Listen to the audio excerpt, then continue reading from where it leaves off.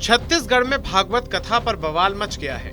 विवेकानंद जयंती पर आयोजित स्पीच को सुनने के लिए बीईओ ने एक आदेश जारी किया था, जिसके बाद मुख्यमंत्री को शिकायत मिलने के बाद बीईओ कुरुद को हटाने का फरमान जारी हो गया है। अब 7 दिनों तक भागवत कथा होने के बाद कुरुद की राजनीति गर्मा गई है। कुरुद विधायक ने उसका राजनीतिकरण करके मुख्यमंत्री को गुमराह करने का आरोप लगाया है, तो वही इस मामले में मुख्यमंत्री ने निशाना साधा है। उनकी माने तो अजय चंद्राकर के दबाव के चलते बीईओ ने आदेश दिया है। सीएम ने कहा कि वो राम के नाम पर वोट मांगने वाले लोग हैं, धर्म को वोट का माध्यम समझते हैं।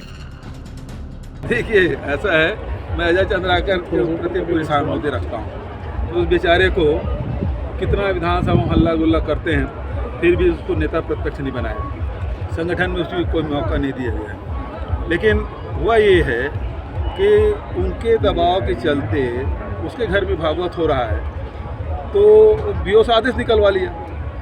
किसी गरीब के घर में भागवत होगा तो आदेश निकलवाएंगे क्या? यहाँ तो हजारों भागवत रोज हो रहा है। क्या बीईओ ऐसा आदेश निकाल सकता कि जहाँ भागवत हो रहा है सब गरीब के घर में भागवत में जाए? नहीं निकालते ना। क्यों उसके यहाँ निकालें? पूर्व मंत्री इसलिए। तो बात यह है कि आदेश ऐसा होना चाहिए जो सबके लिए लागू हो। भागवत के हम कोई विरोध नहीं कर रहे हैं, लेकिन केवल मंत्री के घर जाए भागवत सुने बच्चे और किसी गरीब किसान के घर भागवत हो वहाँ उसके लिए आदेश ना निकले, तो ऐसे अधिकारी के साथ क्या करना चाहिए? हम तो रामायण करा रहे हैं, वो तो राम के नाम से वोट मांगने वाले लोग हैं।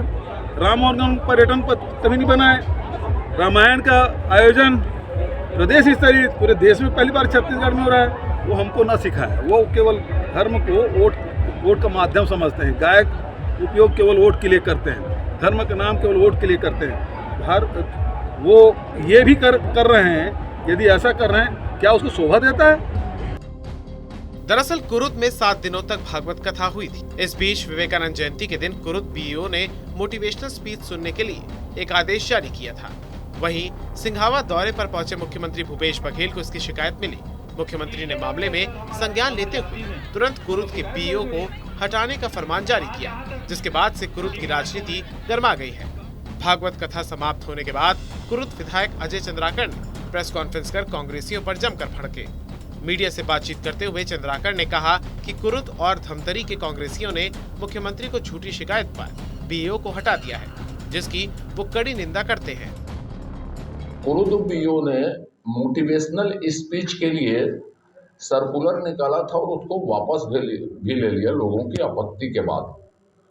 पर कुरुद शहर के एक निकृष्ट कांग्रेसी और धमतरी शहर के निकृष्ट कांग्रेसी ने उसका राजनीतिकरण करके प्रदेश के मुख्यमंत्री जी को गुमराह किया। और प्रदेश के मुख्यमंत्री जी भी आजकल कई कारणों से बहुत परेशान हैं। तो परेशानी की हालत में उनको कुछ सूझा नहीं, उन्होंने बीईओ को सस्पेंड करके निकृष्ट कार्य जो कांग्रेसी उनके कहने में उन्होंने उनको ऑफिस अटैच कर दिया, सस्पेंड कर दिया। अब मेरी तो एक ही मांग है कि जो बेचारे सज्जन लोग धर्म प्रेमी कांग्रेस से हों चाहे भाजपा से हों, ये कोई राजनीतिक कार्यक्रम था नहीं ना, हमारा मोटिवेशनल स्पीच सरकार के ऊपर निर्भर था। तो जो कांग्रेसी सुनने आए थे उसके ऊपर भी कांग्रेस के वो निकृष्ट लोग जो यहाँ के कुरुद के भी एक मात्र और धमतरी के भी एक मात्र, वो उनके ऊपर कार्रवाई करेंगे, क्या निलंबित करेंगे या हटवाएंगे? क्या भागवत कथा या इस मोटिवेशनल स्पीच को सुनने गए थे तो आपके ऊपर कार्रवाई होगी करके। और ऐसा करके भूपेश बघेल जी ने और कांग्रेस ने छत्तीसगढ़ में अपनी कील में ताबूत ठोक दी कि यह धर्म विरोधी आचरण जो है और नौजवानों के विरोधी आचरण है। ये मोटिवेशनल स्पीच से छत्तीसगढ़ के युवकों को आगे नहीं बढ़ने देना चाहते। ये सिर्फ गोबर बनने और मूत बेचने के लायक बनाकर रखना चाहते हैं क्या छत्तीसगढ़ के नौजवानों को? बहरहाल कुरुद में मोटिवेशनल स्पीच सुनने के लिए जारी आदेश के बाद बीईओ को हटाने से राजनीति चरम पर है। बीजेपी और कांग्रेस के बीच संग्राम शुरू हो गया है। पूर्व मंत्री और मुख्यमंत्री एक दूसरे पर आरोप लगा रहे हैं।